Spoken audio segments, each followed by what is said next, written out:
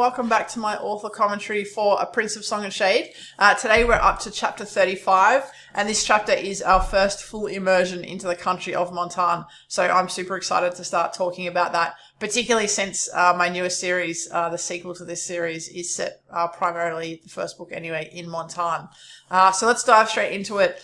We start off with an early scene after the night where they all kind of came together to make camp on the ice plains. And Talyn realised that the Falcons had kind of been left to do everything, and so sent one of her shields over to, one of her details, over to help them set up camp and get settled in.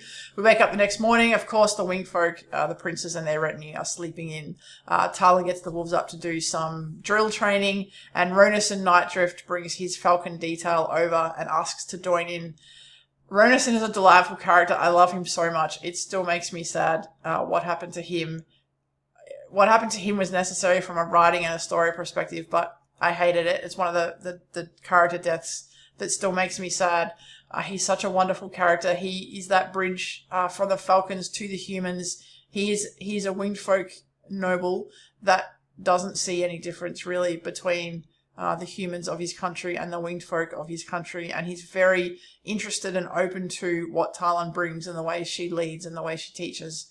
On this particular instance, he brings his Falcon detail over and integrates them with the wolves' training.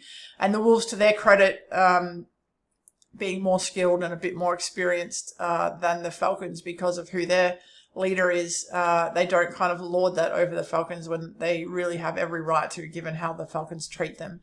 Instead, they're patient and they're calm, and they teach them rather than kind of, being smug about it, which, again, is more evidence of the change that Talyn is promoting in Mithraina, or that she's brought there. It's not just about her choices and her actions and what she does, but she's taught her wolves a certain way of carrying themselves, a certain way of behaving, a certain way of treating others, that then they all the 60 men and women are behaving like that and treating others like that, and that kind of is that small pebble of change beginning to start. But that was a nice little scene, and then we're off to Montagn. We get our first meeting with the Montagny delegation, Thura Mananin, head of House Mananin, and Mathanas and Azralan's uncle. He brings the Venador cavalry to greet the Mithraina delegation at the causeway. Talyn is immediately unhappy because it's clear that this cavalry is well trained. They're an overwhelming force, and were they to decide to attack for whatever reason, the wolves would be in trouble. They don't have the same horsemanship skills. They're in the middle of a foreign country, the mountainous area of Venador. They don't know their way around, etc. Of course, no one's attacking them, but it is very, I think, prominent in Talyn's mind, the strategic disadvantage to which she and her wolves are at.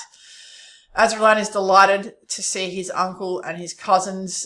Kieran confirms that for her, which is, again, a little interesting tidbit about how close Azralan is to his Mananin family in a way that Mathanas is not and never has been. We head down from the mountains through Montagn proper to the city of Arater, which is an incredibly sprawling, massive, smelly, packed-together city, bigger on any scale than any of the cities we've seen so far in the series, including Ryathel. And the kind of the impression that I wanted to give as the writer, for the reader first time entering Montagn and seeing it through Talyn's eyes as her first official visit to Montagn, is its overwhelming size, strength, power. It dwarfs Mithraina in multiple ways beyond just its physical size. Montagn is a powerful adversary you don't really want to put offside, and Talyn sees this instantly, and that impression only continues to deepen for her as they travel through the country.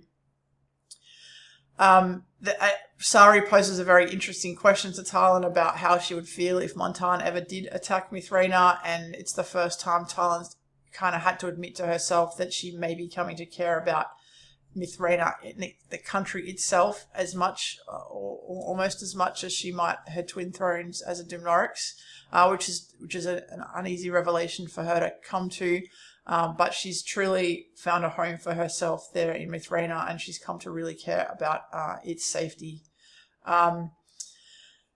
Another thing that happens the minute they arrive in Arater is the Talyn and the wolves faced with slaves for the first time. Of course, they all knew that the slavery is a practice in Montagn Talyn, being a professional, an experienced woman, a member of the Dunmarix family, she understands as much as the practice and having to come face to face with it makes her physically ill.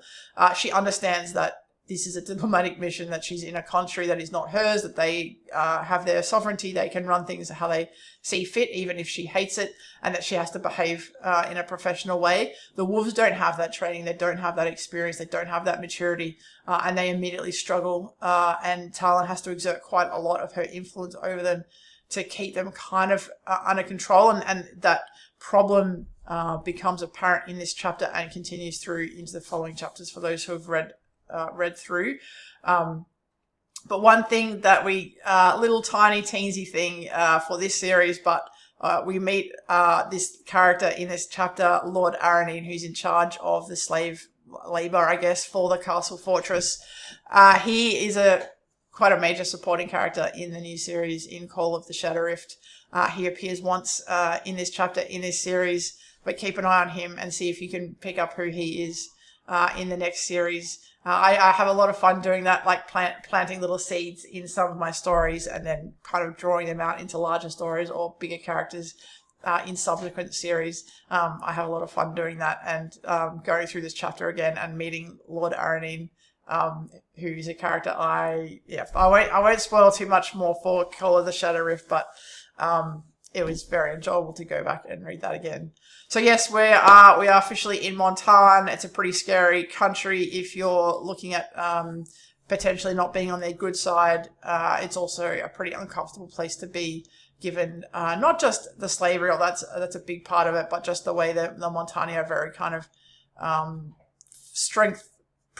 projecting strength and austerity, and they're not the warmest, I guess, of places to be, or people to be staying with. So if you have any questions or comments on this chapter, please drop them in the comments below. As always, I'd love to chat about this. Otherwise, I really look forward to seeing you for chapter 36, and I hope you have a fantastic day. Bye.